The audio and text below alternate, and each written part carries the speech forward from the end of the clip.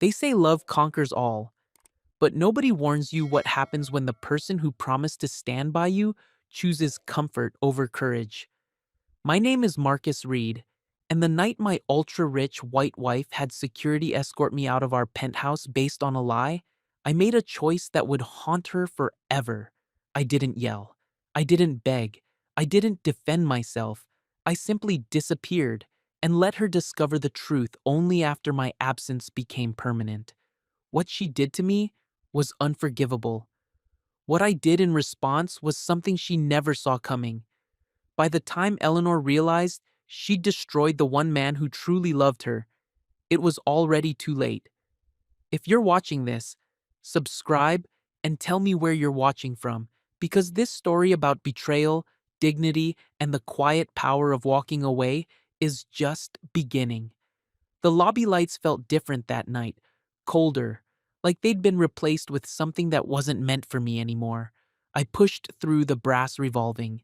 Doctor at 11:32 p.m., my work boots still dusty from fixing Mrs. Chen's bathroom sink on the fourth floor.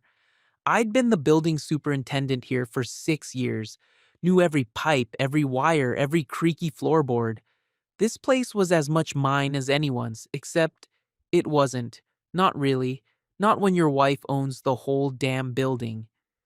Mr. Reed, the voice stopped me 3 steps in. Two security guards I'd never seen before stood near the elevator bank.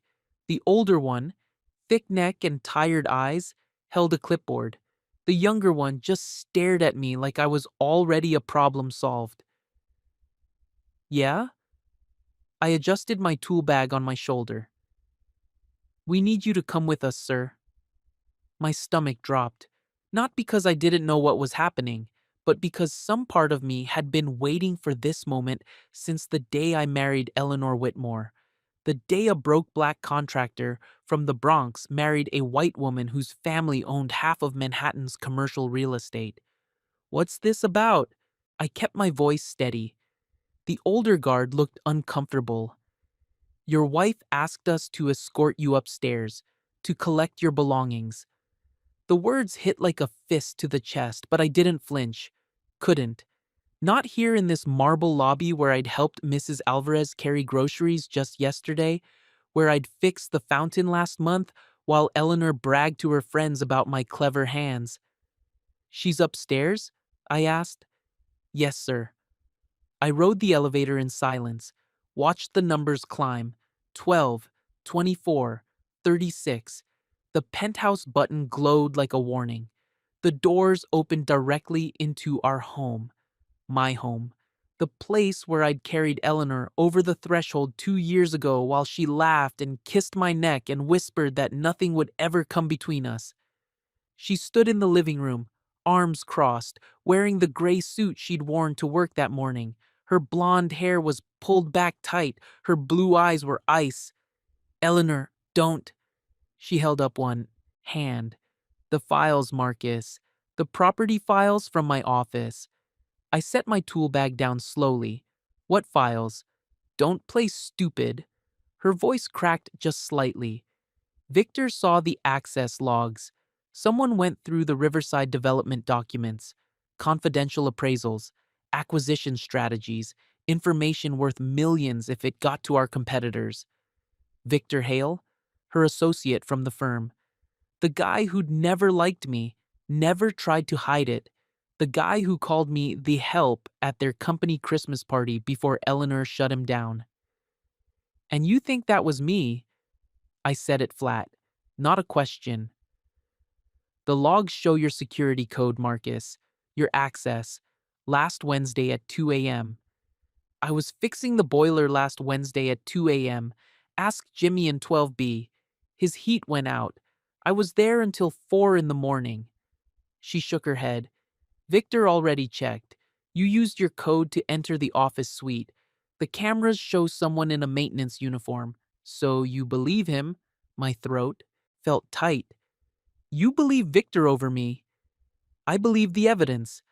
But her hands were shaking, just slightly. We can't afford this kind of exposure right now. The Riverside deal closes next month. If there's even a hint of compromise, So you're throwing me out. Silence.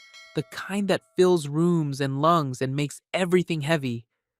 I need you to pack what you can tonight, Eleanor finally said. The rest will be sent to you. Just like that. Just like that. I looked at her, really looked, at the woman I'd loved since the day she walked into my uncle's construction office 3 years ago, needing someone to manage her first building renovation. The woman who'd ignored her mother's horror and her friends' whispers and married me anyway. The woman who was choosing to believe the worst about me without even asking why. You never asked if I did it, I said quietly. You just decided. Something flickered across her face. Doubt, maybe, or guilt, but she straightened her shoulders.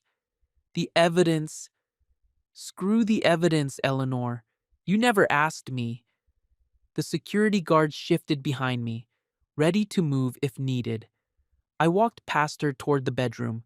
She didn't try to stop me.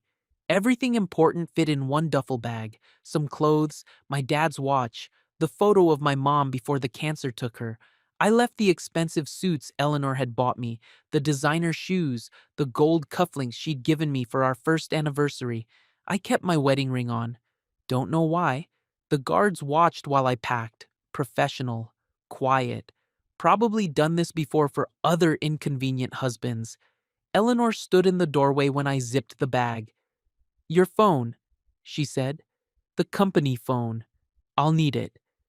I pulled it from my pocket and set it on the dresser. Watched her flinch when it clattered against the wood. Anything else you want? I asked. My dignity? Already got that. Marcus, don't. I picked up the bag. You made your choice. Live with it.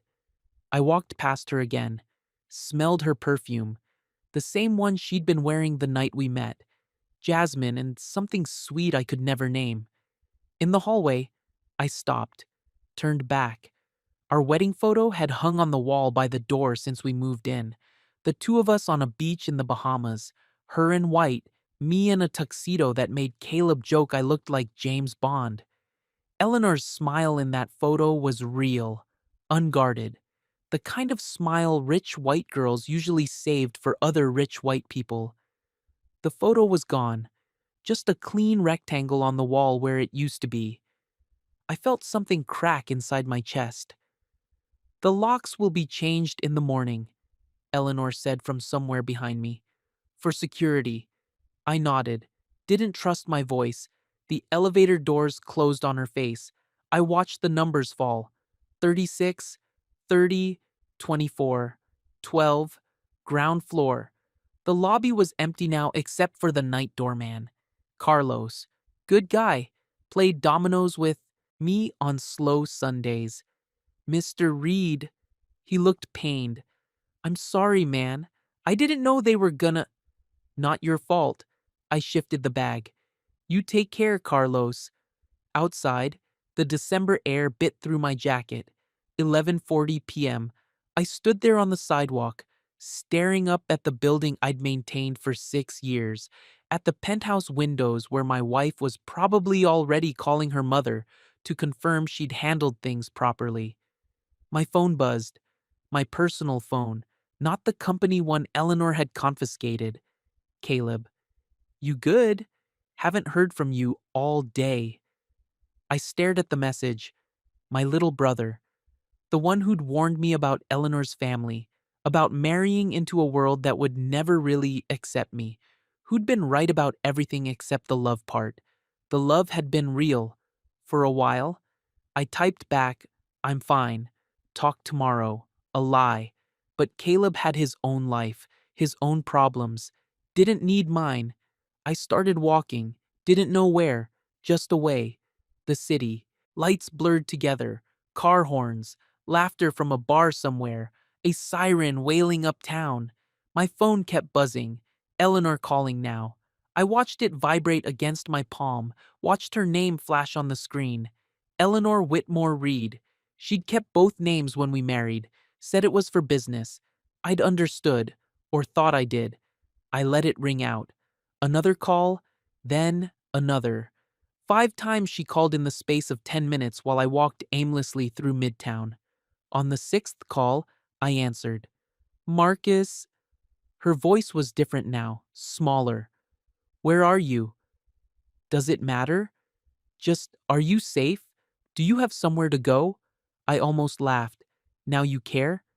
Of course I care. You're still. She stopped. Still what, Eleanor? Still your husband? Still the guy you loved? Or still the thief you think I am? Silence on the other end. The kind that means the answer isn't good. I had to do what was right, she finally whispered. For the company, for yourself. I stopped walking. Found myself outside a 24-hour diner, its neon sign flickering. You did what was safe, what your mother would approve of, what kept your world clean. That's not fair. No, I agreed. It's not. But it's true. I hung up, turned off the phone, stood there breathing steam into the cold air. Through the diner window, I could see an old couple sharing a piece of pie. The man said something that made the woman laugh, her hand covering her mouth. 50 years together, probably. Maybe 60. The kind of forever Eleanor and I would never have. A text came through before the phone fully powered down. Eleanor. I'm sorry. 2 words. Like they could fix this. Like sorry meant anything when you've already chosen to believe the worst. I deleted it. Deleted her number from my contacts. Not permanently. Just for now. Just until I could breathe without feeling like my chest was caving in. I walked for another hour before I remembered the Skyline Motel. 10 blocks from the building I managed, the place where I'd occasionally crash during emergency repairs that ran too late to go home. The clerk recognized me. Rough night, Mr. Reed? Something like that? You got a room?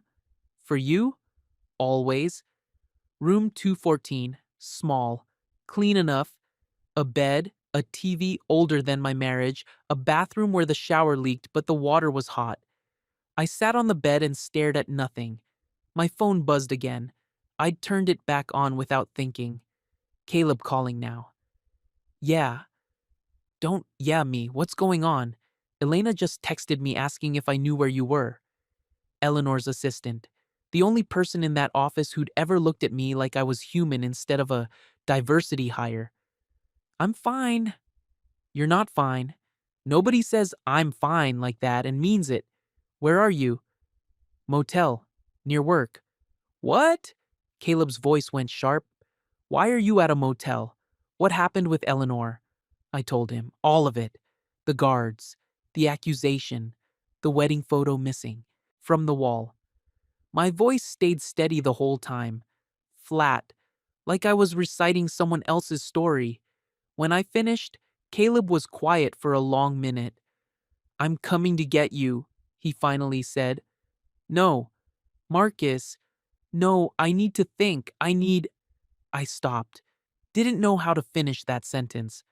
She kicked you out based on nothing, Caleb said, anger bleeding into every word. No proof, no investigation, just some logs that could have been faked by anyone with access to the system, and you're not even gonna fight it? What's there to fight? Everything. Your marriage, your home, your reputation. Man, you can't just let her do this. She already did.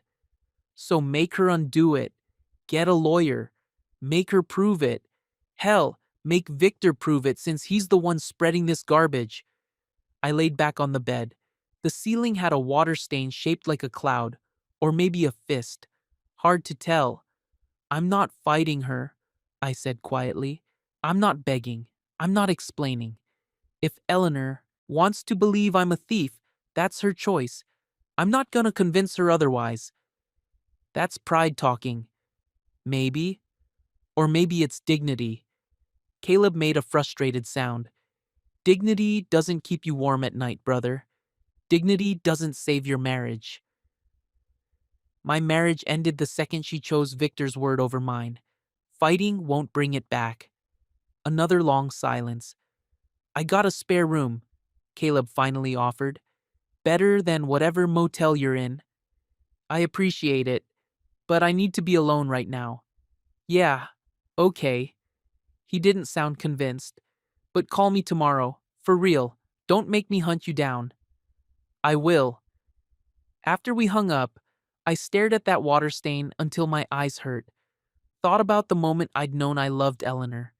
6 months into dating, we'd been arguing about something stupid, paint colors for her office renovation maybe, and she'd suddenly grabbed my face and kissed me quiet, then laughed, said I was the only person who ever argued back with her like she was just a regular person instead of a Whitmore. Stay, she'd whispered that night, not just tonight. Stay for good. And I had. Moved into her world, met her family, endured her mother's thinly veiled racism and her father's dismissive politeness. Watched Eleanor navigate between defending me and keeping the peace. Watched her slowly stop defending me quite so hard. Should have seen it then. Should have known that eventually she'd have to choose. And when she did, she'd choose the world she came from. The safe one. The one where black men in blue-collar jobs don't get the benefit of the doubt. My phone stayed silent the rest of the night. Eleanor didn't call again. Maybe she was relieved I wasn't making a scene, wasn't demanding explanations or threatening lawyers. Good. Let her be relieved. I'd disappear so quietly, she'd barely notice I was gone. Morning came too bright through the thin motel curtains. 6 a.m. My internal clock didn't care that my life had imploded 12 hours ago. I showered, changed into clean work clothes from my duffel, stared at my reflection in the foggy mirror. I looked the same dark skin, same close-cropped hair, same scar on my chin from when I fell off a bike at 8 years old, same face that Eleanor used to trace with her fingers while calling me beautiful. Nothing had changed. Everything had changed. My work phone, the building superintendent phone, the one Eleanor hadn't confiscated, buzzed with a text. Mrs. Alvarez, water pressure low in 4G. You available? I typed back, be there in 20 minutes. Because what else was I gonna do? Sit in this motel room and feel sorry for myself? No, I had a job, had tenants depending on me, had a life that existed separately from Eleanor Whitmore's orbit. Time to remember that. The walk to the building felt strange, like I was visiting somewhere I used to live instead of going to work. The doorman was different. Day shift. Young guy who barely nodded at me. I took the service elevator to avoid the lobby, went straight to Mrs. Alvarez's apartment. She answered on the second knock. 70-something? Puerto Rican. Been in this building longer than anyone. She'd brought me homemade pastels last Christmas and called me mijo like I was her own son. Marcus, thank God. The shower is barely... She stopped, looked at me closer. You okay? You look tired. Long night? Let me check the pressure. I worked in silence while she hovered nearby, talking about her grandchildren visiting next week, pretended to listen while my hands moved on autopilot. Wrench, pipe, adjustment, done. There you go, I said, testing the water. Should be fine now. You're so good to us. She patted my arm. Eleanor's lucky to have a man like you. Something must have shown on my face because her smile faltered. Marcus, what's wrong? Nothing, Mrs. A, just tired. You're lying. She crossed her arms. I raised 4 children and 12 grandchildren. I know lying when I see it. I set down my wrench. Eleanor and we're having some problems. What kind of problems? The kind where I'm not living there anymore. Her face went soft with sympathy, made my chest tight all over again. Oh, mijo, I'm so sorry. Do you need somewhere to stay? I have a couch. I'm okay. Got a place. But really, I'm fine. I picked up my tools. I should go. Other repairs to handle. She caught my wrist gently. Pride is a heavy thing to carry, Marcus. Don't let it break your back. I nodded, didn't trust myself to speak. In the hallway, I leaned against the wall and breathed, counted to 10, counted to 20, got myself together. My phone buzzed. Another text. This one from Elena, Eleanor's assistant. Marcus, please call me. Eleanor isn't saying much, but I know something's wrong. Are you okay? I deleted it. Couldn't deal with Eleanor's world bleeding into mine right now. 3 more repair calls came through that morning. I handled them all, kept my head down, avoided questions about why I looked like I hadn't slept. At noon, I sat in the basement mechanical room with a sandwich from the deli. Cold turkey, mustard. The bread tasted like cardboard, but I ate it anyway. My phone rang. Unknown number. I almost didn't answer. Yeah? Mr. Reed, this is Cynthia from Apex Property Management. We received your application for the building superintendent position at our Queens location. Are you still interested? I'd applied 3 months ago, back when Eleanor and I were fighting about whether I should stay in her building or branch out, back when I thought maybe some distance would be healthy, give us each our own space. Yes, I heard myself say. I'm interested. Wonderful. Can you come in for an interview tomorrow at 10? I'll be there. After she hung up, I sat there holding the phone, staring at it like it might explain what I was doing. A new job meant moving on, meant accepting that. Eleanor and I were really done. That she'd chosen to believe the worst and I'd chosen not to fight it. Was that pride or self-respect? Hard to tell the difference sometimes. By evening, I'd finished all the scheduled repairs and 2 emergency calls. My shoulders ached. My hands were stained with grease. I felt useful in a way I hadn't felt last night in Eleanor's sterile penthouse. Carlos worked the evening shift at the front desk. He waved me over when I tried to slip past. Hey man, you doing okay? Yeah. He lowered his voice. Mrs. Reed came down earlier, asked if I'd seen you. Looked pretty upset. My stomach clenched.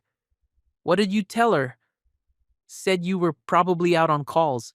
Didn't seem right to say more. He hesitated. Whatever's going on between you two, it's none of my business. But she's been asking everyone, Elena, the other doorman, even called Jimmy in 12B asking if you'd been there recently. So, Eleanor was looking for me. Interesting. Thanks for the heads up. No problem. Carlos shifted uncomfortably. And hey, if you need anything, place to crash, someone to talk to, I'm around. Appreciate it. I left before he could ask more questions. The city was settling into its evening rhythm, people rushing home from work, restaurants lighting up, the cold getting sharper as the sun dropped. My phone buzzed again. Eleanor, calling for the first time since last night. I let it ring out.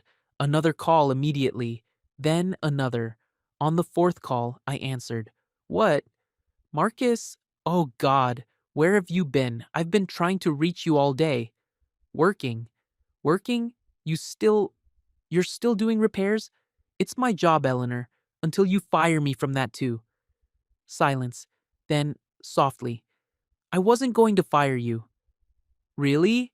Thought you'd want to clean house completely. Get rid of the thief. Don't. Her voice cracked. Please don't. Why are you calling? Because I needed to know you were okay. You just disappeared. Turned off your phone. Nobody knew where you were. Sounds familiar, I said. Like what happened to my wedding photo. Just disappeared. More silence. Marcus, She stopped, started again. Can we talk?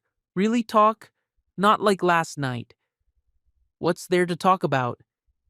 Everything. Us. What happened? I need to understand. You need to understand, I repeated slowly. That's rich, because last night you understood perfectly. Didn't need my side. Didn't need the truth. Just needed me gone. I was scared. You were sure. There's a difference. I stopped walking. Found myself near the motel again. And now you're having second thoughts, or just feeling guilty. Both? Neither. I don't know. She sounded lost. Will you please just come home so we can talk? Home. The word tasted bitter. You changed the locks, remember? I have your key here. I never. She broke off. Please. I closed my eyes. Saw her face from last night. Cold. Certain. Untouchable. No, I said quietly. No. No, I'm not coming back. Not tonight. Not tomorrow. You made your choice, Eleanor. Now I'm making mine. What does that mean? It means I'm done. Done explaining. Done defending. Done being the guy you're not sure you can trust. If you believe I stole from you, then we're already over. And if you don't believe it, I trailed off. Then you should have believed me last night. Marcus. I hung up, turned off the phone, stood there in the cold until my fingers went numb. Then I went inside the motel, climbed the stairs to room 214, and slept deeper than I had in 2 years. In the morning, I'd find a new apartment, interview for that job, start building a life that didn't depend on Eleanor Whitmore's approval. In the morning, I'd be fine. Tonight, I just needed to disappear. The apartment I found wasn't much. Studio in Washington Heights, fifth floor walk up, radiator that clanked like it was angry at the world. But the super didn't ask questions when I paid first and last month in cash, and the place had a decent lock on the door. That's all I needed. A door I could lock, a space that was mine. Moving in took an hour. One duffel bag of clothes, my toolbox, a sleeping bag until I could afford a real bed. I sat on the floor that first night and ate Chinese takeout straight from the container, listening to salsa music drift up from the apartment below. My phone stayed off. Had been off for 2 days now. Caleb had probably tried calling 100 times. Eleanor too, maybe, but I wasn't ready for their voices yet. Wasn't ready to explain what I barely understood myself. I disappeared. Not dramatically, not with threats or lawyers or social media posts. Just gone. Like smoke. Let Eleanor sit with that. The interview at Apex went better than expected. The building was smaller than Eleanor's, older, the kind of place where people actually lived instead of just investing. The property manager, Diane, was a no-nonsense black woman in her 50s who reminded me of my aunt.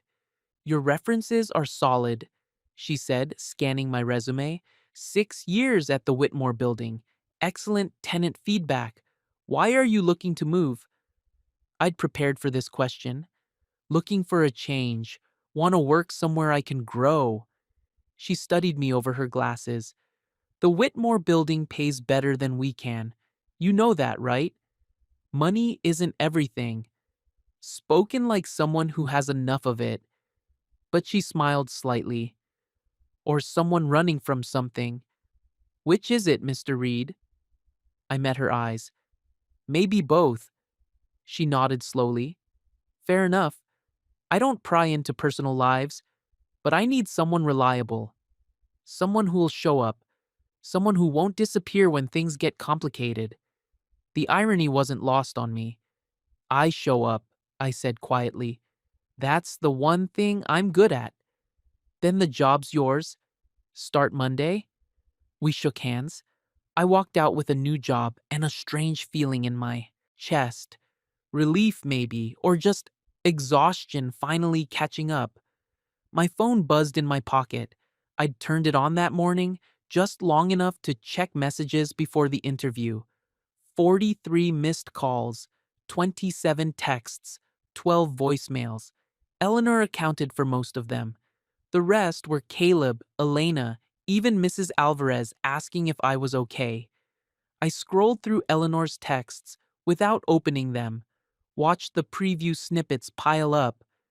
Marcus, please. I need to talk to you. I'm worried. Please, just tell me you're safe. I'm so sorry. The last one was from this morning. I know you're reading these. She was wrong. I wasn't reading them, just watching them accumulate like evidence of something that used to matter. I called Caleb instead. He answered on the first ring. Are you kidding me right now? Hey, that's what you've got? Man, I've been losing my mind. Eleanor's been calling me every day. Elena's been calling.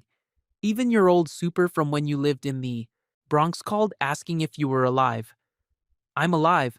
Where are you? Washington Heights. Got a new place. New job starts Monday. Silence. Then, you moved? Without telling anyone? Without. Marcus, what are you doing? Starting over. That's not starting over. That's running away. I leaned against a brick wall outside a bodega, watched people pass. Nobody knew me here. Nobody knew my story. It felt good. Maybe running away is what I need, I said. And Eleanor? You're just gonna ghost your wife? She's the one who kicked me out, Caleb, remember? I remember. I also remember you saying you wouldn't fight it, wouldn't defend yourself, just let her believe whatever Victor told her. His voice went hard. That's not strength, Marcus. That's giving up. No, fighting would be giving up. Fighting would mean I think there's something to save. There's a marriage to save? A marriage where my wife believed I was a thief based on zero evidence? Where she had security, escort me out like I was dangerous? Where she changed the locks before I'd even left the building? I kept my voice level, calm. That marriage was already dead, little brother. I'm just accepting it. Caleb was quiet for a long moment. You love her. Loved? Past tense. You're wearing your ring. I can hear it when you move, the way it clicks against your phone. I looked down at my left hand. The gold band caught the afternoon light. I hadn't even thought about taking it off. Habit, I muttered. Sure, habit. He sighed. At least let me come see your place.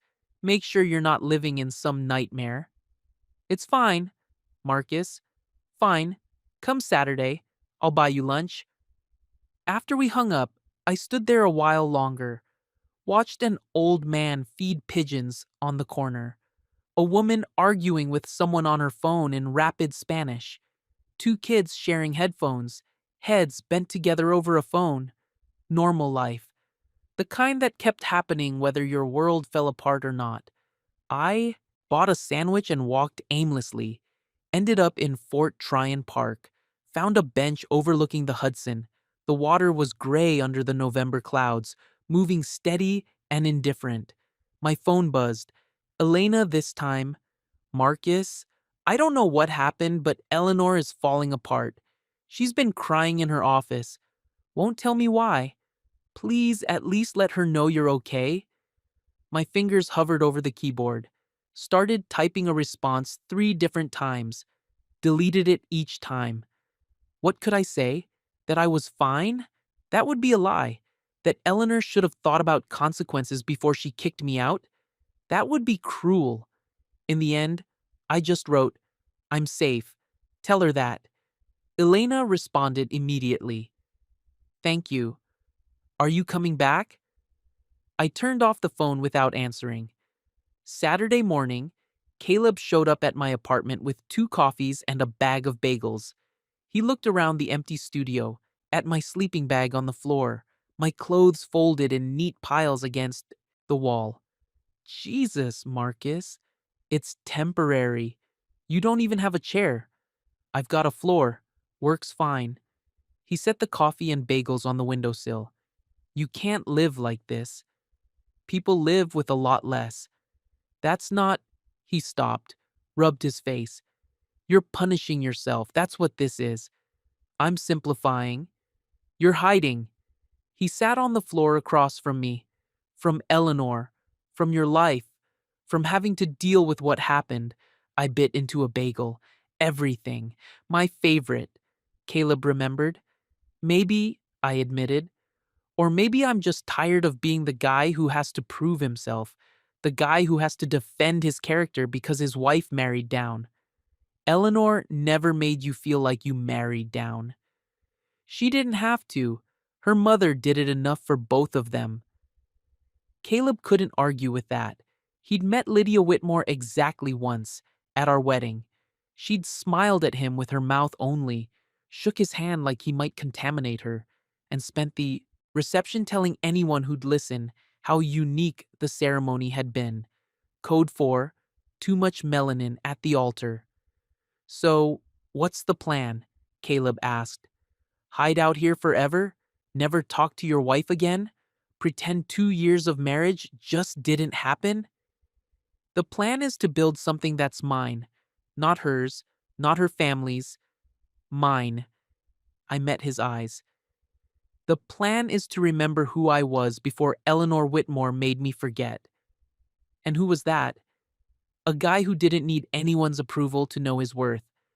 Caleb studied me for a long moment. You're really not going back. No, even if she apologizes, especially if she apologizes. I set down the bagel, because an apology now just means she feels guilty. Not that she trusts me, not that she believes in me, just that she's uncomfortable with what she did. Maybe that's enough. Maybe that's how people start fixing things. Maybe for some people. I stood, walked to the window. The street below was busy. A young couple, holding hands, an old woman with a shopping cart, life everywhere. But I need more than sorry. I need someone who wouldn't have kicked me out in the first place. Caleb joined me at the window. You're setting an impossible standard. Am I? Is it impossible to expect your wife to believe you when you say you didn't do something? To at least ask for your side before assuming the worst? He didn't have an answer for that. We spent the afternoon together, walked around the neighborhood, got lunch at a Dominican restaurant where the pernil melted in your mouth. Caleb told me about his new girlfriend, about work, about mom's grave needing new flowers, normal brother stuff. It felt good, made me remember there was life beyond the crater Eleanor had left. When he left, he hugged me hard at the door. I'm here. Whatever you need. Whenever. I know. And Marcus, for what it's worth, I think you're wrong about Eleanor. I think she loves you. I think she's terrified she made a mistake. Then she should have thought about that before. After he left, I sat on the floor and stared at nothing for a long time. Thought about calling Eleanor, telling her where I was, giving her a chance to explain or apologize or whatever she thought would fix this. But what would be the point? The damage was done. Trust, once broken, doesn't heal just because you want it to. It takes time, effort, a willingness to be vulnerable again. And I was all out of vulnerability. Monday came too fast. My first day at the new building felt strange. Different tenants, different systems, different rhythm. But Diane was good to work with, straightforward, no games. When she said she needed something done, she meant it. When she said I did good work, she meant that too. The building had character, pre-war, high ceilings, hardwood floors that creaked, the kind of place that demanded respect, not just maintenance. I met the tenants slowly. Mrs. Park in 2C with her tiny dog, Jamal in 4B, who was studying engineering at City College. The Rodriguez family in 1A who'd lived here 30 years. Nobody knew me as Eleanor's husband, just as Marcus, the new super, the guy who fixed things. It felt clean. Tuesday afternoon, I was replacing a valve in the basement when my phone rang. Unknown number. I almost didn't answer. Yeah? Mr. Reed, this is Patricia Kendall from Whitmore Properties. My chest tightened. Eleanor's company. I'm calling to discuss your final paycheck and the status of your personal belongings still stored at the building. Okay. We can arrange a time for you to collect everything. Would this weekend work? This weekend, 5 days from now, face Eleanor again. Or maybe she'd make sure she wasn't there. Make it easy for both of us. Saturday afternoon, I said, 2 o'clock. Perfect. I'll arrange building access. She paused. Mr. Reed, I want you to know this isn't personal. We've always valued your work. Right, not personal, just business. I hung up before she could say more. So that was it. Eleanor was cutting ties officially, probably had lawyers drafting separation papers. Maybe already did. Fine. Good. Better to end it clean than drag it out. But my hands shook when I went back to work, and the valve took twice as long to replace because I kept losing focus. Wednesday night, I finally listened to one of Eleanor's voicemails. Just one. The most recent. Her voice was small, tired. Marcus, I know you probably won't listen to this, but I need to say it anyway. I was wrong. About everything. Victor, he lied. The access logs were faked. He was trying to steal the files himself and pin it on you. We have proof now. Nina found it. And I believed him instead of you. I chose suspicion over trust. I chose my fear over your honesty. A long pause. I heard her breathe. I don't expect you to forgive me. I don't expect anything. But you deserve to know the truth. You were right. About all of it. About me choosing comfort over courage. About, her voice broke. About me failing you when it mattered most. Another pause. I love you, Marcus. I know I don't deserve to say that anymore. But it's true.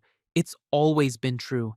And I'm sorry I wasn't brave enough to show it when you needed me to. The message ended. I sat there in the dark of my empty apartment, phone in my hand, feeling nothing and everything at once. She knew. She knew Victor had lied, knew I'd been innocent all along, and I felt nothing. No satisfaction, no vindication, no urge to call her back and say, I told you so. Just emptiness where anger should have been. Because here's the thing, nobody tells you about betrayal. The proof doesn't fix it. The truth doesn't erase what happened. Eleanor knowing I was innocent now didn't change the fact that she'd believed I was guilty then. Didn't change the fact that when it mattered, when I needed her to choose me, she'd chosen safety instead. I deleted the voicemail, without listening to the others. Thursday, I worked 14 hours straight, fixed a major leak, rewired faulty outlets in 3 apartments, helped Mrs. Park when her sink backed up at midnight. Diane found me in the basement at 1 a.m., covered in pipe grease. Reed, go home. Almost done. Now, that's an order. She softened. You're doing good work, but you're running yourself ragged. Whatever you're trying to outrun, it'll still be there in the morning. I cleaned up, went home, lay on my sleeping bag and stared at the ceiling. She was wrong. Some things you could outrun. Some things disappeared if you just kept moving. I'd prove it. Friday evening, Mrs. Alvarez called my work phone. Marcus, it's me. Are you okay? Yeah, Mrs. A, I'm good. Don't lie to an old woman. I hear things. People talk. They say you and Eleanor. She stopped. Why didn't you tell me you moved out completely? Didn't want to worry you. Too late for that. Her voice went gentle. Come, have dinner. Tomorrow night. Bring your brother if you want. I made enough arroz con gandules to feed an army. Mrs. A, no arguments. 7 o'clock. Apartment 4G. You remember where I live. She hung up before I could refuse. I almost didn't go. Almost texted her some excuse. But Saturday afternoon came and I realized I hadn't had a real meal all week. Just takeout and coffee and whatever I could grab between repairs. And I missed her. Missed her motherly concern and her gentle stubbornness and the way she saw through all my walls. So, at 7 p.m., I climbed the stairs to her apartment, knocked on the door, heard her shuffling inside. She opened the door and immediately pulled me into a hug. Look at you. Too skinny. Come in, come in. Her apartment smelled like home, like someone's grandmother cooking love into every dish. The walls were covered in photos, grandchildren, great-grandchildren, her late husband in his army uniform. Sit, eat. She loaded a plate with rice, chicken, beans, more food than I could possibly eat. But I tried, took that first bite and felt something crack open inside my chest. Good? She asked, watching me. Best thing I've had all week. That's because you haven't been eating. I can tell. Your face is thinner. She sat across from me. Now tell me what happened. The real story. So I did. All of it. The accusation, the eviction, the proof that came too late, my decision not to fight, not to defend, not to go back. She listened without interrupting, just nodded, poured me more juice, let me talk. And now she knows you were innocent, she said when I finished. Yeah, but you still won't go back. No, because she didn't believe you when it mattered. Exactly. Mrs. Alvarez nodded slowly. You're right to be hurt. She failed you. But Marcus, mijo, everyone fails sometimes. Everyone chooses wrong. The question is, what comes after? What comes after is her realizing I'm not worth the trouble, not worth the risk, not worth standing up to her mother or her world or her own fears. Or what comes after is her learning she was wrong, growing, becoming someone stronger. She reached across the table and patted my hand. You're punishing her for being human. I'm protecting myself from being hurt again. Same thing sometimes. I stared at my plate, at the food that tasted like comfort, like someone caring enough to cook for you. I can't go back, Mrs. A. I can't be in a marriage where I'm always one accusation away from being thrown out, where I have to constantly prove I'm not what her mother thinks I am, where love comes with conditions and expiration dates. Then don't go back to that marriage. Go back to a different one where you've both learned, both grown, both chosen to be better. You make it sound easy. It's not easy, it's brutal, but maybe it's worth it. She stood, started clearing plates. Or maybe you're right. Maybe some things can't be fixed. Only you can know that, Marcus, but make sure you're deciding with your heart, not just your pride. I helped her clean up, hugged her goodbye, walked home through the cold night air with her words echoing in my head. Make sure you're deciding with your heart, not just your pride. Was I? Or was I so busy protecting myself that I couldn't see the difference anymore? Saturday at 2 p.m., I stood outside Eleanor's building, my old building, the place I'd called home for 2 years. Carlos was at the door. He saw me coming and gave me a solemn nod. Mr. Reed, Ms. Kendall left instructions. You're cleared to go up. Eleanor around? Haven't seen her today. Relief and disappointment mixed in my stomach. I nodded and headed for the elevator. The penthouse looked the same, spotless, designer furniture, floor-to-ceiling windows overlooking the city, the smell of Eleanor's perfume still faint in the air. My boxes were stacked neatly in the entryway. Someone had packed everything: books, clothes, tools, random stuff I'd forgotten I owned. I started carrying boxes to the elevator. 3 trips, 4. On the 5th trip, I found the wedding photo, not missing, just packed away in bubble wrap, tucked carefully into a box marked personal. I pulled it out, stared at us, 2 years ago, happy, hopeful, stupid enough to think love was enough. Marcus, I turned. Eleanor stood in the doorway to the bedroom. She looked smaller somehow, thinner, dark circles under her eyes. Her hair was down, messy, sweatpants and a Columbia t-shirt. I'd never seen her dressed this casually outside the apartment. You're here, I said unnecessarily. I live here. She tried to smile, failed. Patricia said you were coming. I waited. Why? Because I need to see you. Need to. She stopped, started again. I need to apologize.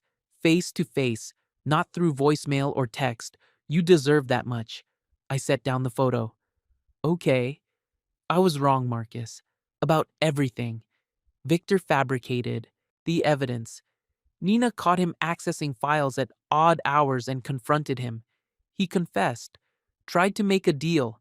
We fired him, reported him. He'll probably face charges. Good for Victor. That's it? That's all you have to say? What do you want me to say, Eleanor? Congratulations on figuring out your husband wasn't a thief? Medal of Honor for eventually believing the truth? She flinched. I deserve that.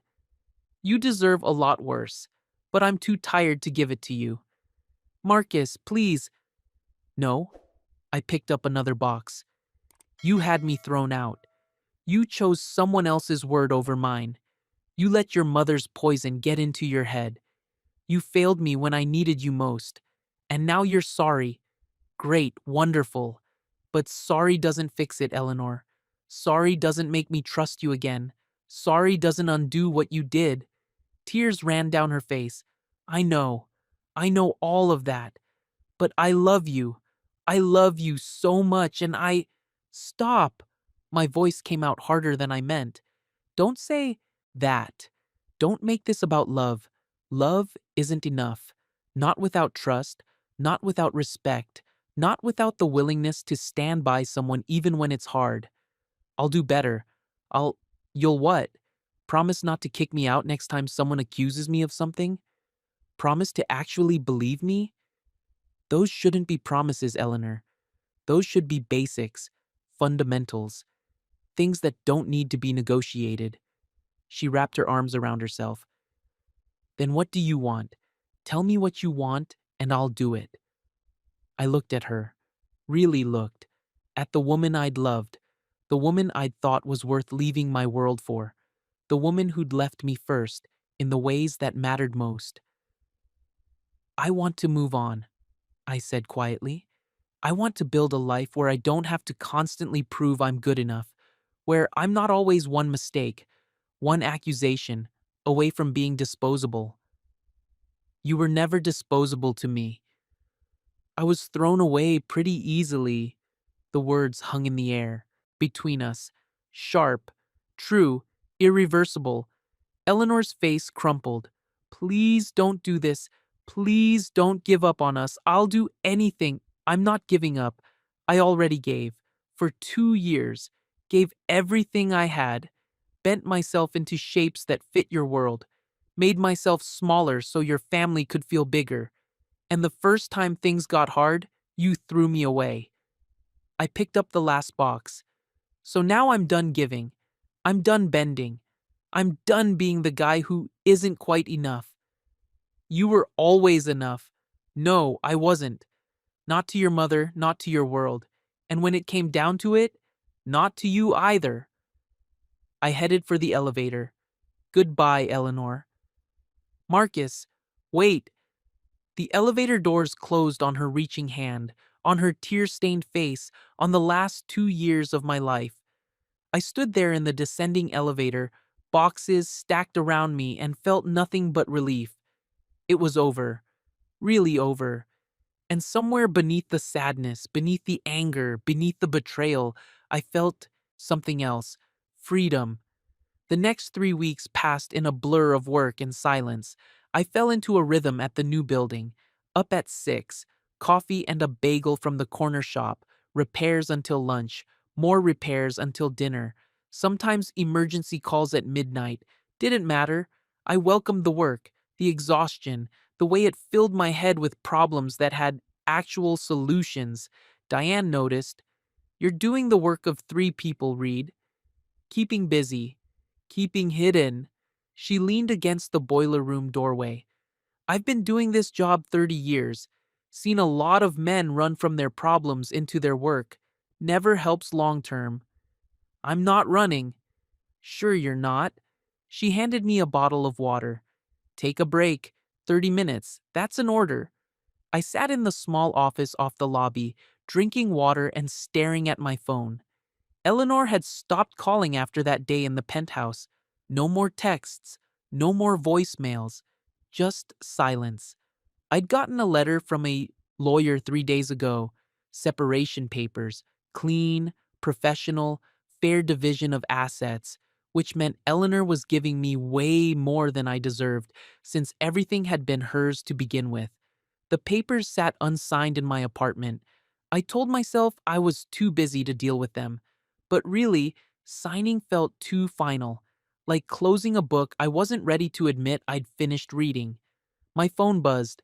Caleb, coming by tonight. Don't argue. Bringing food. I texted back. Fine. He showed up at 7 with Thai food and 2 beers.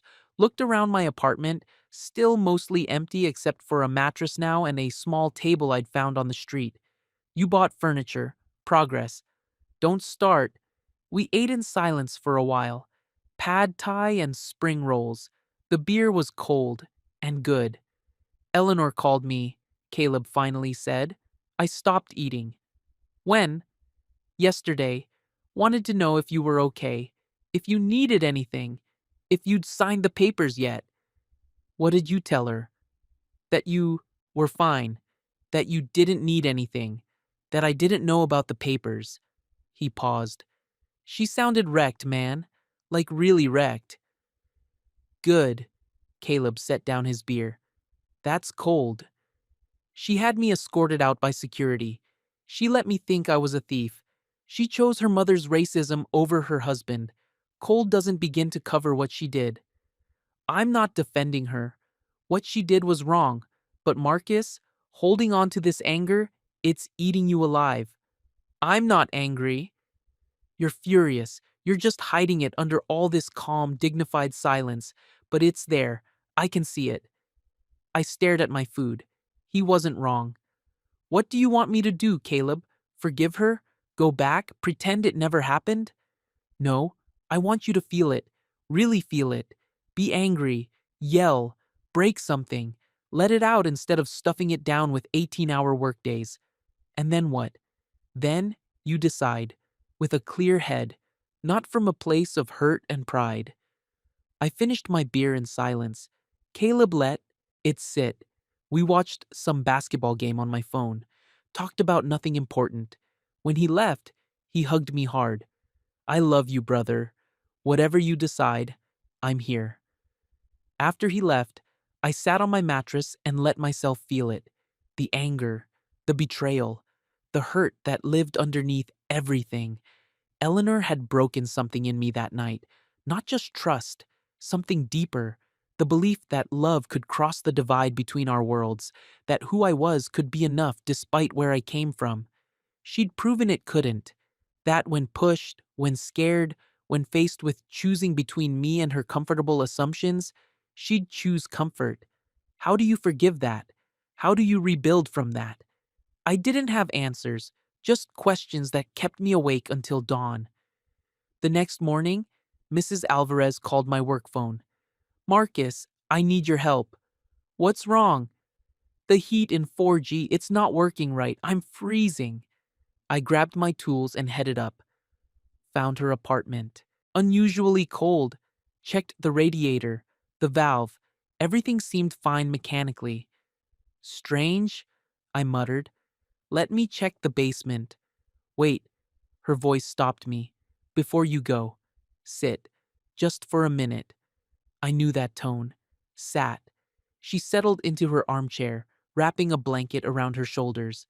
The heat is fine, mijo. I lied. Mrs. A. I needed to see you. You've been avoiding me since that dinner. Working yourself to death in the new building. I hear things. People talk. I'm fine. You're miserable. There's a difference. She leaned forward. Have you talked to Eleanor? Saw her 3 weeks ago, when I got my stuff. And? And nothing. It's over. She knows it. I know it. Just need to sign the papers. But you haven't signed them. I didn't answer. You know what I think? Mrs. Alvarez said. I think you're punishing her. And yourself. And everyone who cares about both of you. She deserves to be punished. Maybe, but do you deserve to be this unhappy? This alone? This hollow? The word hit hard. Hollow. Yeah, that's exactly what I felt. Like someone had scooped out my insides and left just the shell. I don't know how to forgive her, I admitted quietly. I don't know how to trust her again. How to believe that next time, because there's always a next time, she won't choose wrong again. You can't know that about anyone, not for certain. Then what's the point? The point is love, Marcus. Real love. The kind that survives mistakes, that grows from them. She adjusted her blanket. You think my Carlos was perfect? 43 years we were married. He made mistakes, big ones, hurt me, made me question everything. But we chose each other anyway, every day, even the hard days. What if I choose her and she breaks me again?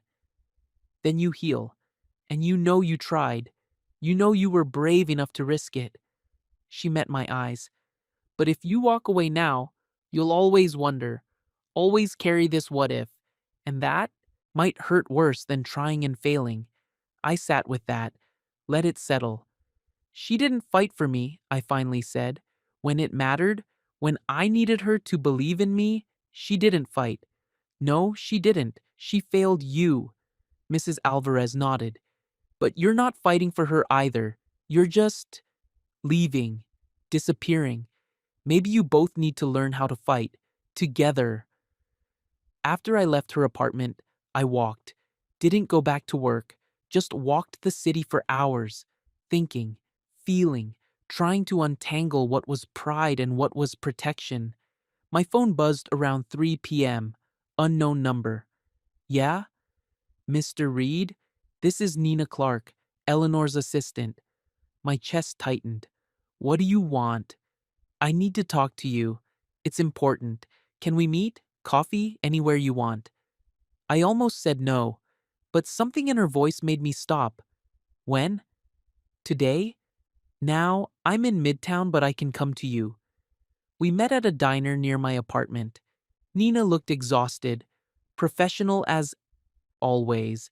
Neat suit, perfect hair, but her eyes were tired. She slid into the booth across from me. Thank you for meeting me. What's this about? Eleanor. Nina ordered coffee from the waitress, then turned back to me. She's falling apart, Marcus. Really falling apart. That's not my problem anymore. Isn't it? She stirred sugar into her coffee. Look, I'm not here to guilt you. What Eleanor did was unforgivable. I told her that. Multiple times. But I'm also seeing what this is doing to her, and I thought you should know. Know what? She hasn't slept more than a few hours in weeks. She's losing weight, making mistakes at work, big ones. Yesterday, she broke down crying in a meeting. Eleanor, the woman who never shows emotion in front of clients. Nina met my eyes. She fired her mother. That stopped me. What? Lydia? She fired her from the family company, told her that her racism and her toxic influence were poison and that she was done enabling it. They haven't spoken since. I sat back. Eleanor had worshipped her mother, built her whole life around earning Lydia's approval. Why are you telling me this? Because you're punishing her by disappearing, by not fighting, by just vanishing. And maybe she deserves it. But Marcus, she's trying, she's changing, she's becoming someone different, someone braver. Nina's voice softened. Don't you want to see who she becomes? No, I said, but even I could hear how the word lacked conviction. I found the evidence against Victor, me. I went through months of logs because something felt wrong, because I knew you wouldn't do what they accused you of. She paused. But Eleanor should have known that too, should have believed you immediately, and she didn't. So I get it. I get why you're done. But, but people grow, they learn, they become better versions of themselves. If you walk away now, you'll never know if she could have become someone worthy of you. Maybe I don't care. You're still wearing your ring. I looked down. The gold band still circled my finger. I'd stopped noticing it, stopped thinking about taking it off. Habit, I muttered. Sure, Nina stood. I said what I came to say. The rest is up to you. But Marcus, whatever you decide, do it because it's what you really want. Not because you're hurt, not because you're scared, but because it's the truth. She left cash on the table for both coffees and walked out. I sat there for another hour, staring at my ring, thinking about Eleanor firing her mother, about her breaking down in meetings, about the woman who'd been so sure of everything suddenly uncertain of anything. Was Nina right? Was I punishing Eleanor by disappearing? Or was I just protecting myself? And if I was protecting myself, was that pride or survival? That night, I finally listened to the rest of Eleanor's voicemails, all of them. 16 messages spanning 3 weeks. Some were short, just her, saying my name. Some were long, her talking through tears about what she'd done wrong, about how she was trying to change, about how she understood if I never forgave her, but she needed me to know she was sorry. The last one was from 2 days ago. Marcus, I signed the papers today. The lawyer is sending them to you. I'm not fighting this, not dragging it out. If you want to be done, we're done. A long pause. But I need you to know something. Firing my mother, facing what I did to you, losing you, it broke me open, showed me who I'd become, someone weak, someone who chose comfort over courage, someone who hurt the person she loved most because she was scared. Her voice cracked. I'm not that person anymore, or I'm trying not to be. I'm learning to stand up, to fight, to be brave. I just wish I'd learned it while I still had you. Another pause. I love you, Marcus. I'll always love you. And I'm sorry I didn't show it when it mattered. Goodbye. I listened to it 3 times, heard the pain, the growth, the loss. Then I called Caleb. I need advice, I said when he answered. Finally, what's up?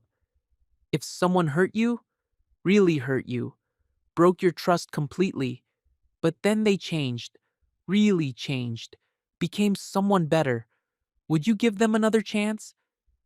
Depends. On what? On whether I believed the change was real, and whether I could live with myself if I walked away without knowing for sure. He paused. This is about Eleanor. Yeah, you still love her. It wasn't a question, but I answered anyway. I don't know. I love who she was. I hate what she did. I don't know who she is now. Then find out. Talk to her. Really talk. Not angry, not defensive, just honest. His voice softened. What's the worst that could happen? She hurts me again. And the best? I didn't answer. Couldn't, because the best case scenario felt too big, too hopeful, too dangerous to even consider. Think about it, Caleb said, but don't take too long. Life's too short for maybes. After we hung up, I pulled out the separation papers, read through them carefully. Everything was fair, more than fair. Eleanor was giving me a settlement I didn't need and didn't want. There was a note paperclipped to the front page. Her handwriting, neat, controlled. Marcus, I'm not trying to buy your forgiveness. I just want you to have what you need to build the life you deserve. The life I should have protected. I set the papers aside unsigned, not because I'd decided anything, but because I needed time, space, clarity. Mrs. Alvarez was right. I couldn't make this decision from a place of hurt, had to let the anger settle, had to see what was underneath. Another week passed. I worked, ate, slept, existed. On Friday, Diane found me rewiring a panel in the basement. Reed, we need to talk. What's wrong? You're what's wrong. She sat on a tool chest. You're doing excellent work. The tenants love you. I have no complaints about your job performance. But you're not here. Not really. You're just going through the motions. I'm doing my job. You're hiding in your job. There's a difference. She studied me. I've been where you are. After my divorce, threw myself into work, avoided everything that hurt, thought I was being strong. Turned out, I was just being scared. What changed? I realized I was letting my ex-husband take up space in my head rent-free. Every decision I made was a reaction to him. Stay busy so I don't think about him. Work late so I don't go home alone. Build walls so I don't get hurt again. She stood.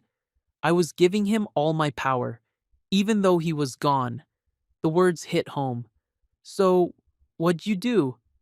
Took it back, made peace with what happened, forgave him, not for his sake, for mine, so I could move on, really move on, not just survive.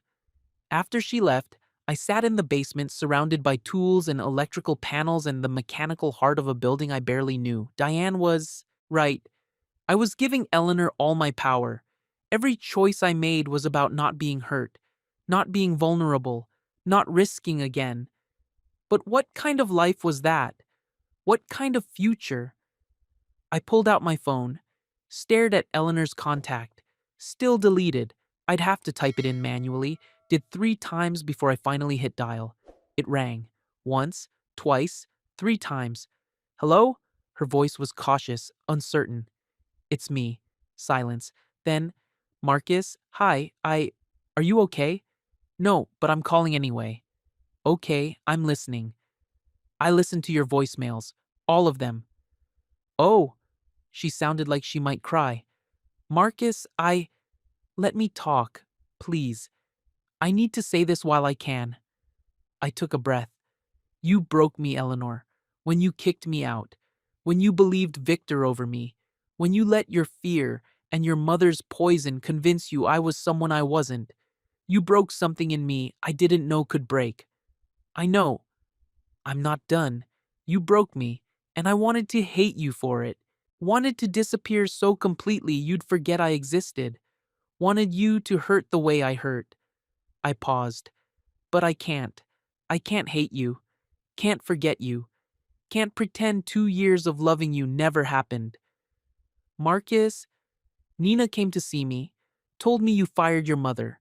Told me you're falling apart. Told me you're trying to change. My voice cracked. And I don't know what to do with that. Don't know if it's enough. Don't know if I can trust you again.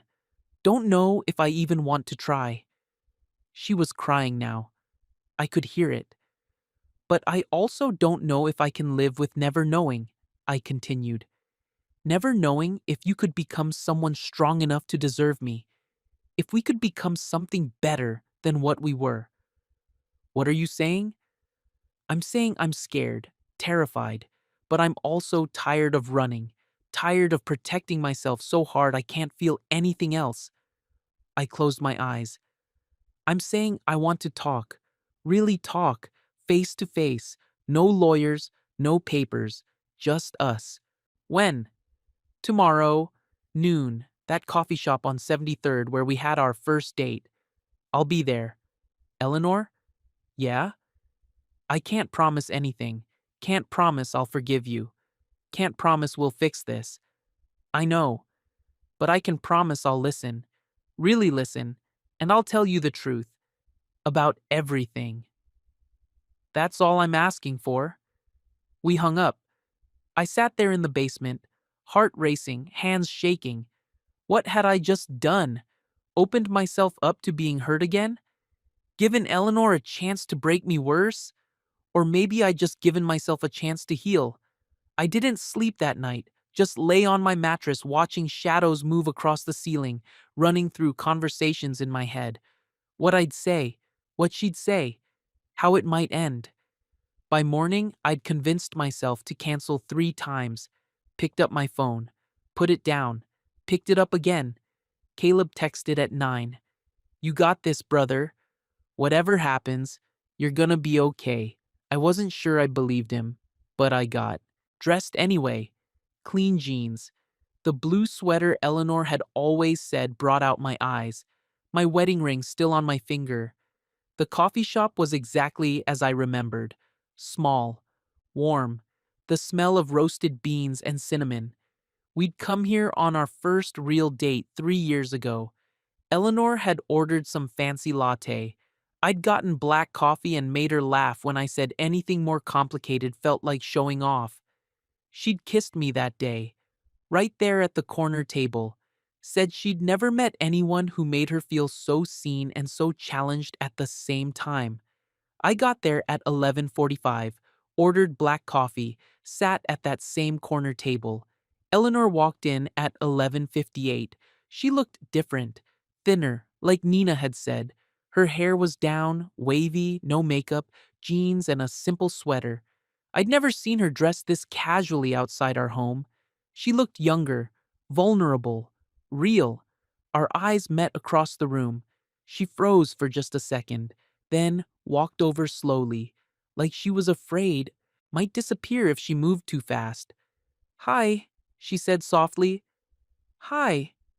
She sat down, folded her hands on the table. I noticed she was still wearing her ring too. We sat in silence for a moment. The coffee shop buzzed around us. Other conversations, other lives, other people who hadn't broken each other. "Thank you for coming," Eleanor finally said. "I wasn't sure you would." "Almost didn't. What changed your mind?" I looked at her, really looked, saw the dark circles, the way her hands trembled slightly, the fear in her eyes that I might stand up and walk away. "I got tired of running," I said simply. She nodded, blinked back tears. "I'm sorry, Marcus. I know I've said it before, in voicemails, in texts, but I need to say it to your face. I'm so sorry for everything, for not believing you, for choosing fear over trust, for letting my mother's poison infect how I saw you, for being too weak to stand up when it mattered most." "Why?" The question came out harder than I meant. "Why didn't you believe me? Why didn't you even ask?" She looked down at her hands. "Because it was easier. Because believing Victor meant I didn't have to face the truth about my family, about how they saw you, about how I'd been letting them see you." Her voice broke. "I was a coward, Marcus. I chose comfort over you. I chose my mother's approval over your dignity, and I hate myself for it." "You should." "I do. Every day. Every hour." She wiped her eyes. "After you left, after I found out the truth about Victor, I couldn't sleep, couldn't eat, couldn't function, because I kept seeing your face that night, how calm you were, how dignified, how you didn't beg or yell or fight, you just left. And I realized I'd done something unforgivable. So you fired your mother. Nina told you." She almost smiled. "Yeah, I did. Told her that her racism had poisoned everything, that I was done being the daughter who made her comfortable instead of the wife who made you safe.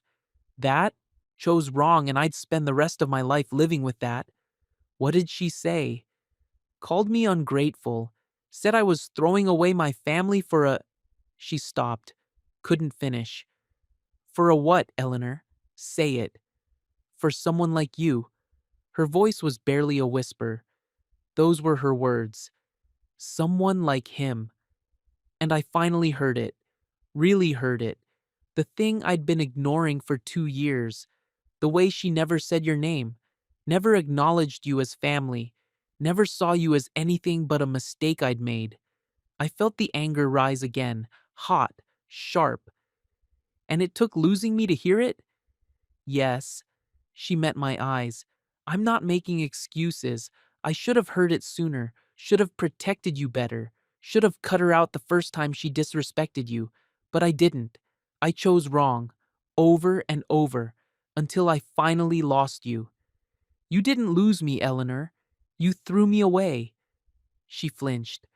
"You're right." We sat in silence. Someone laughed at another table. The espresso machine hissed. Life kept moving around us. "I've been seeing a therapist," Eleanor said quietly, "3 times a week, working through why I did what I did, why I let fear run my life, why I couldn't stand up to my mother, why I valued her approval over your worth. And what'd you figure out?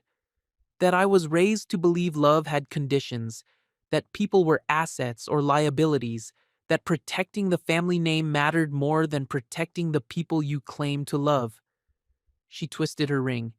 "My mother never loved my father. She married him for money and status, and she raised me to do the same, to see relationships as transactions, to never trust anyone outside our world. But you married me anyway. I married you because you made me feel something real for the first time in my life, something that wasn't about status or money or what people would think. Just love, pure, simple, real."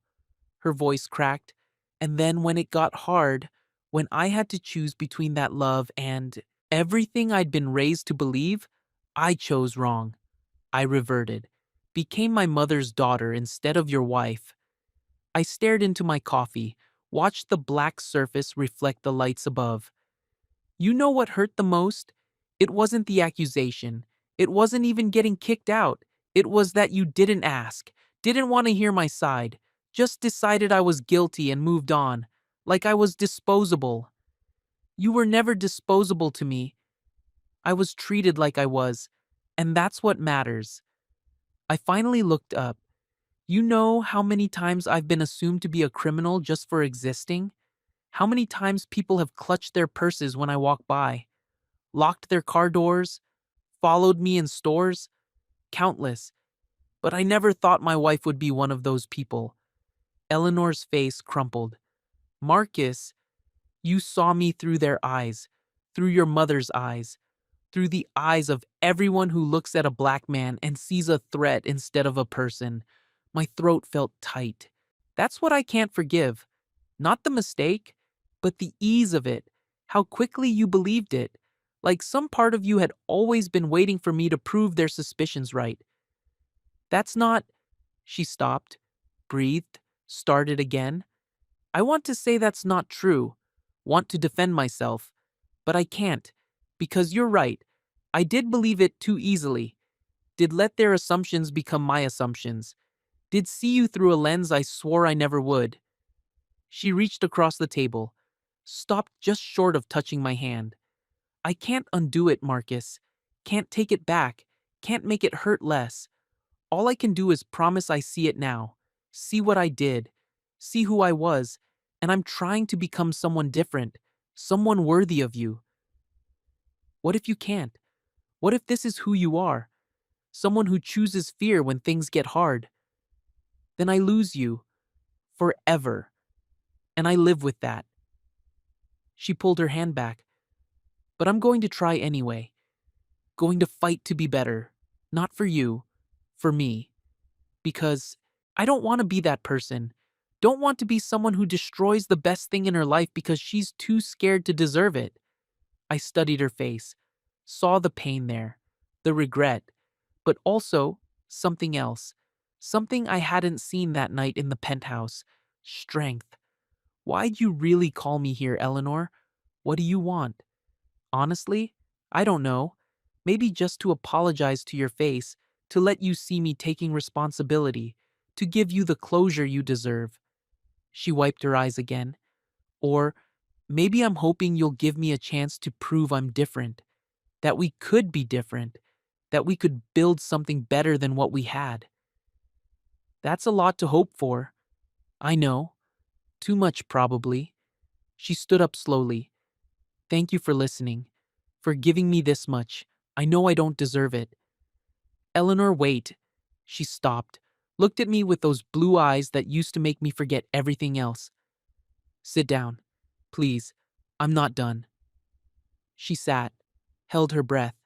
I've been angry at you for weeks, I said. So angry I couldn't see straight, couldn't sleep, couldn't do anything but work until I was too exhausted to feel. And I told myself it was because of what you did. The betrayal, the injustice, the racism. It was all of those things. Yeah, but it was also something else. I took a breath. It was because I still loved you. Still do. And that made me even angrier. Because how do you love someone who hurt you that badly? How do you trust someone who proved they'd choose wrong when it mattered? Her breath caught. Marcus, let me finish. I love you. But love isn't enough. Not without trust. Not without respect. Not without the certainty that when things get hard again, and they will, you'll choose us. Choose me. Even when it's scary. Even when your mother disapproves. Even when the whole world questions it. I will. I swear I will. You can't know that. Neither of us can. That's the risk. I twisted my ring. And I don't know if I'm brave enough to take it. Eleanor nodded slowly, tears streaming down her face. I understand. Do you? Because I'm not sure I do. I leaned forward.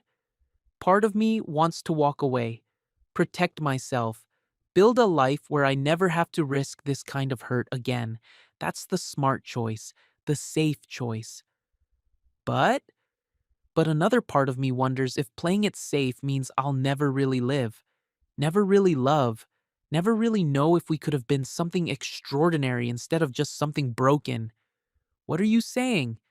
I didn't know, didn't have an answer, just sat there feeling everything at once: love and anger, hope and fear, the desire to run and the desire to stay.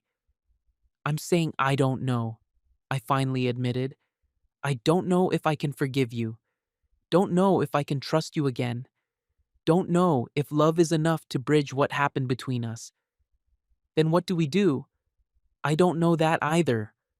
I looked out the window, watched people walk by, living their lives, making their choices, surviving their own heartbreaks. Maybe we start small, coffee once a week, talking, no promises, no expectations, just seeing if there's anything left to build on. I'll take it. Whatever you're willing to give, I'll take it. And maybe I go back to therapy too, work through my own stuff, figure out why I disappeared instead of fought, why I punished you by vanishing instead of demanding better. You had every right to leave. Did I? Or was I just protecting my pride, my ego, running away because staying and fighting felt too hard? I shook my head. Mrs. Alvarez said I was punishing you for being human. Maybe she was right. You're being too generous. No, I'm being honest. About both of us. I finally reached across the table, let my hand rest near hers. We both failed, Eleanor. You failed to believe me. I failed to fight for us. You chose your mother. I chose my pride. We both let fear win. She looked at our hands. Not quite touching, but close. What if we can't fix it? She whispered. Then at least we tried. At least we know we were brave enough to risk it. I moved my hand closer, let my fingers brush hers. But we do this different. No more hiding. No more avoiding. No more choosing comfort over truth. Agreed? And if you ever choose someone else's word over mine again without even asking, I'm gone. For good. No second chances. No explanations. Just done. Understood? And you have to cut your mother out completely. Not just from work, from our lives. She doesn't get to poison this anymore. Already done. And we go slow, really slow. No rushing, no pretending everything's fine.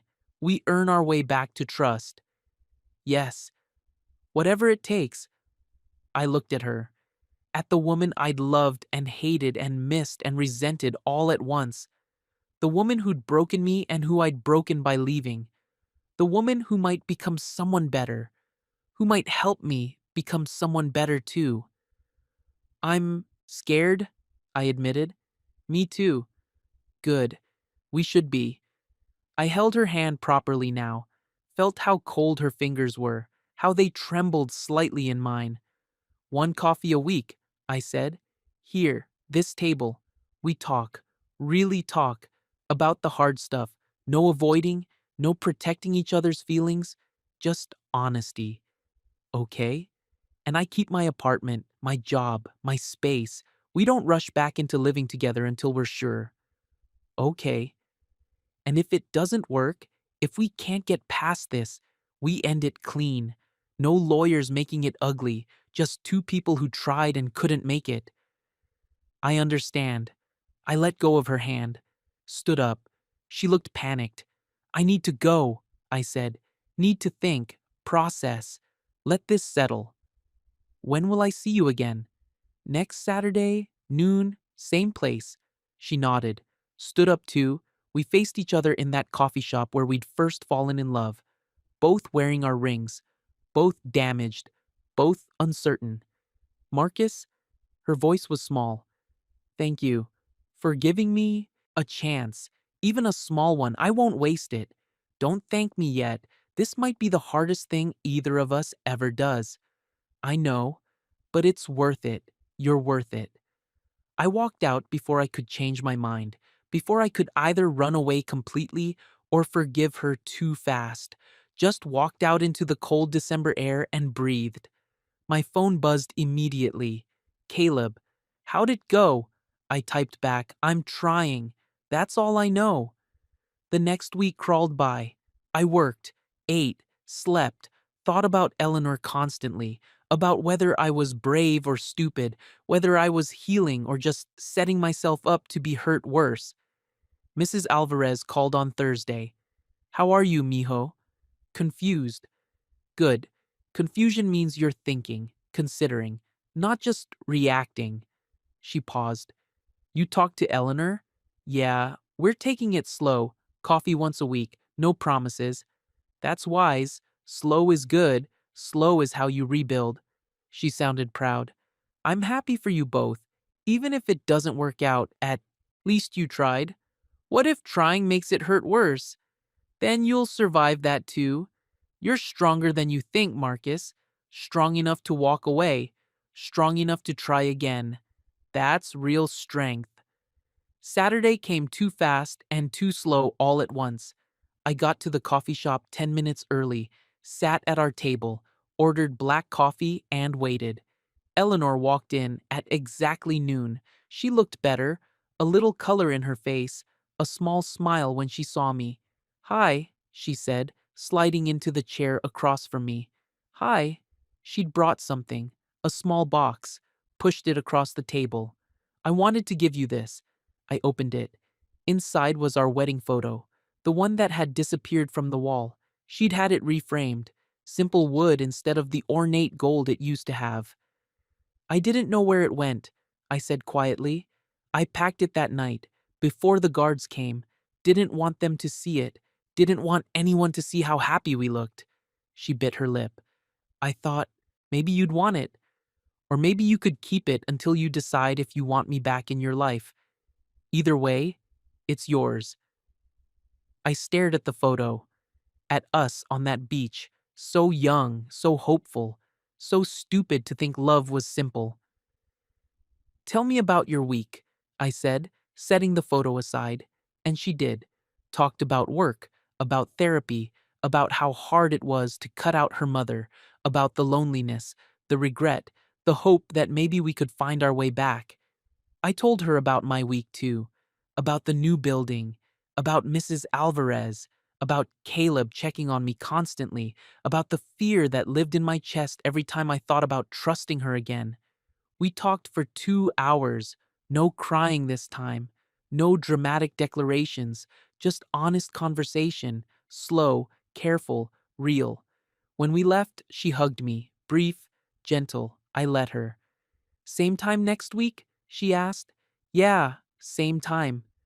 The weeks turned into months. Every Saturday at noon, we met, talked, learned each other again. Slowly, carefully. Some weeks were good. We laughed, remembered why we'd fallen in love, saw glimpses of who we used to be.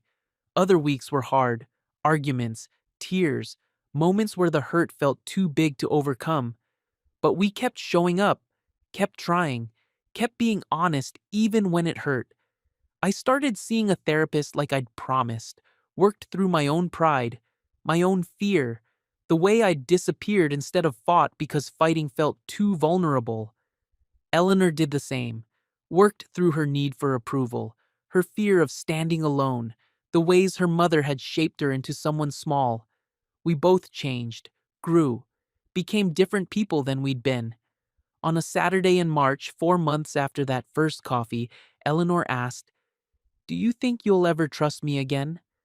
I thought about it, really thought. "I think I'm learning to," I finally said. "It's not there yet, not completely, but it's growing.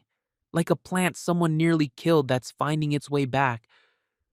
That's more than I deserve.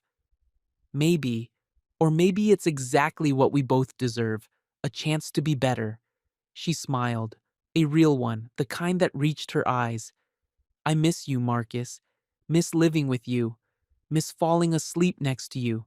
Miss being us. I miss it too. Do you think we'll ever get there again?" I don't know, but I'm willing to keep trying to find out. That was enough. For now. Maybe forever. We kept our Saturday coffees, but we added Tuesday dinners, then Thursday walks, slowly building a new relationship on the ashes of the old one. I still lived in Washington Heights, still worked at the new building, still kept my space, but I also kept my ring, kept that wedding photo on my small table, kept hoping that maybe, someday, we'd find our way back to each other, or maybe we'd find our way to something new, something better, something built on truth instead of comfort. 6 months after that first coffee, we were walking through Central Park. Spring was turning to summer, everything green and alive and new. I got offered a promotion, Eleanor said. CEO position, my father's retiring. That's huge. Congratulations. It means long hours, high stress, more responsibility. She stopped walking, looked at me. But I told them I'd only take it on one condition. What's that? That my personal life comes first, that I leave at 5 when I need to, that I don't sacrifice the people I love for the company. She took my hand. That I don't make the same mistakes my parents made, that I build something real outside of work. And they agreed? They didn't have much choice. I'm the only Whitmore left who knows the business. She smiled slightly. Turns out firing your mother and cutting her out completely actually gave me more power, not less. We sat on a bench overlooking the pond, watched ducks glide across the water. Marcus, Eleanor said quietly, I know we're taking this slow. I know we're not ready yet. But I want you to know something. What? Whether or not we end up together again, you changed my life, made me see myself clearly for the first time, made me brave enough to stand alone, to cut out toxic people, to value honesty over comfort. She squeezed my hand. So thank you for not giving up on me completely, for giving me a chance to become someone better. I looked at her, at the woman she was becoming, strong, honest, brave, different from the person who'd kicked me out 9 months ago. You did the same for me, I admitted. Showed me I was hiding behind dignity when really I was just scared. Scared to fight, scared to be vulnerable, scared to risk being hurt again. I turned to face her. You made me braver too. Are we going to make it? She whispered. Really make it? I don't know, I said honestly, but I want to try. Really try. Not halfway, not with one foot out the door. All in. Me too. We sat there as the sun set over the city, still married, still separated, still trying, still hoping. It wasn't a happy ending. Not yet, maybe never, but it was honest, real, true, and some days that was enough. 1 year after the night I was locked out, I stood in the lobby of Eleanor's building, my old building. Carlos was still at the door. Mr. Reed, he said warmly. Good to see you, man. Heading up? Yeah, dinner with Eleanor. Things are better between you two? Getting there, slowly. I took the elevator to the penthouse, used the key Eleanor had given me last month. A gesture, a symbol, a tentative step forward. The apartment looked different, warmer somehow, less like a showroom and more like a home. Fresh flowers on the table, photos on the walls, including our wedding photo, back in its place by the door. Eleanor was in the kitchen cooking. She'd been taking classes, trying new things, building a life that wasn't just work. Hey, she said, smiling when she saw me. You're early. Traffic was light. I set down the wine I'd brought. Smells good. Don't get your hopes up. I'm still learning. We ate together, talked about our days. She told me about a deal she'd closed. I told her about Mrs. Alvarez's grandson who wanted to be a superintendent like me. Normal. Easy. Like, maybe we were finding our way. After dinner, we sat on the couch, not touching, but close. I've been thinking, Eleanor said, about us. About the future. My stomach tightened. Yeah? I don't want to rush you, don't want to push. But Marcus, I need you to know I'm ready. Ready to really be your wife. Ready to stand up for you. Ready to choose you every single time, no matter what. She turned to face me. I know you're not ready yet. I know you need more time. But when you are, if you are, I'll be here, waiting, hoping. I looked at her. At this woman I'd loved and hated and missed and questioned. This woman who'd broken me and who'd let me break her. This woman who'd become someone stronger by losing me. I'm not ready to move. Back in, I said carefully. Not yet. The trust is still rebuilding. I understand. But I'm also not ready to give up. Not ready to sign those papers. Not ready to accept that we're done. Hope bloomed in her eyes. Really? Really, I think. I stopped, started again. I think we're building something better than what we had, something more honest, more real, more earned. We are, and maybe someday soon, I'll be ready to come home. Really home. Not because I've forgotten what happened, but because I've forgiven it, forgiven you, forgiven myself. She took my hand, held it gently. I can wait, however long it takes. Good, because I'm worth waiting for. You really are. I kissed her then. First real kiss in over a year. Soft, careful, full of everything we'd been through and everything we might become. When we pulled apart, she was crying. Happy tears? I asked. The happiest. I left that night like I always did. Back to my apartment, my space, my life that existed separately from hers. But as I walked through the city, I felt something I hadn't felt in a long time. Hope, real hope. Not the naive kind from before, but the earned kind. The kind that comes from surviving the worst and choosing to try again anyway. My phone buzzed. Eleanor, thank you for tonight, for everything. I love you. I looked at the message for a long time, then typed back, I love you too. Good night. The words felt different now, heavier, more true, because they came from a place of choice, not comfort, from strength, not fear. I kept walking, the city lights blurred around me, car horns, sirens, life happening everywhere. Some mornings I still passed by Eleanor's building on my way to work, saw her car in the garage, knew she was up there, living, working, becoming. And sometimes when the timing was right, when the world aligned just so, she'd be getting into her car just as I passed. Our eyes would meet. She'd smile, I'd smile back, and I wouldn't stop, wouldn't pull over, wouldn't rush back, but I wouldn't look away either, because that's what healing looked like. Not forgetting, not pretending it never happened, just choosing every day to move forward, together or apart, healed or healing, just moving forward. And maybe that was enough.